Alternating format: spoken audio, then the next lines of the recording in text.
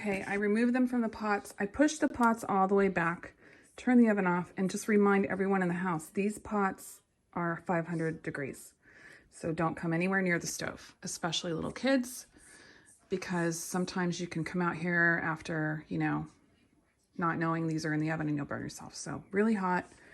Okay, these are the biggest bread loaves I've ever baked. And I think it's because when it was doing the bulk rise in the bucket, I had the oven on all day and I was cooking lots of things. So it rose in the warm kitchen and it was also warm yesterday.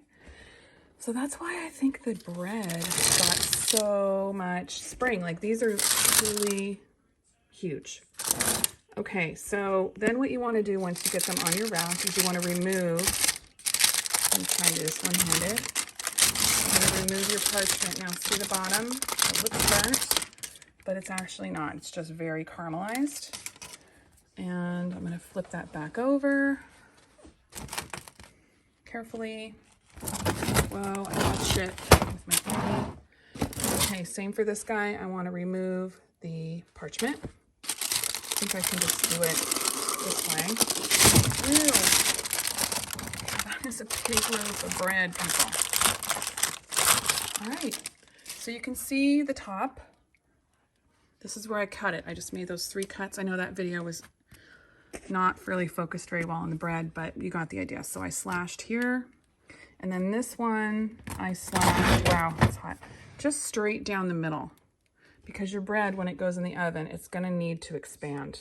It's going to go beyond the skin of the bread. That's how I kind of like to explain it. So you're going to direct where the bread is going to expand. So these are 2 classic cuts. Some people will take their lame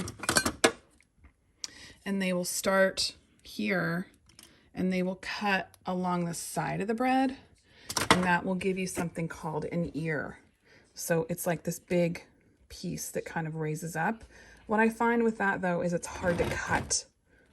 So these are gonna stay here for 45 to an hour. We'll be able to cut it.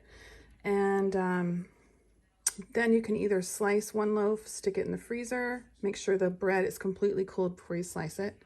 It's easier to slice bread for the freezer on day 2. It's easier to cut the crust. Or you can give it away. They will be fine for up to 5 days. What I like to do once it's completely cooled is wrap the bread completely in foil.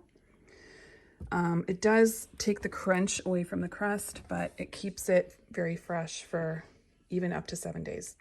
Some people will leave their bread on the counter if they have a large family, and they'll just keep cutting it, and they'll store the bread sideways with the cut end against the cutting board. You can do that too. It'll last for a couple of days like that too.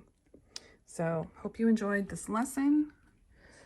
I just can't get over how big this bread is. So enjoy, and if you have any questions, let me know.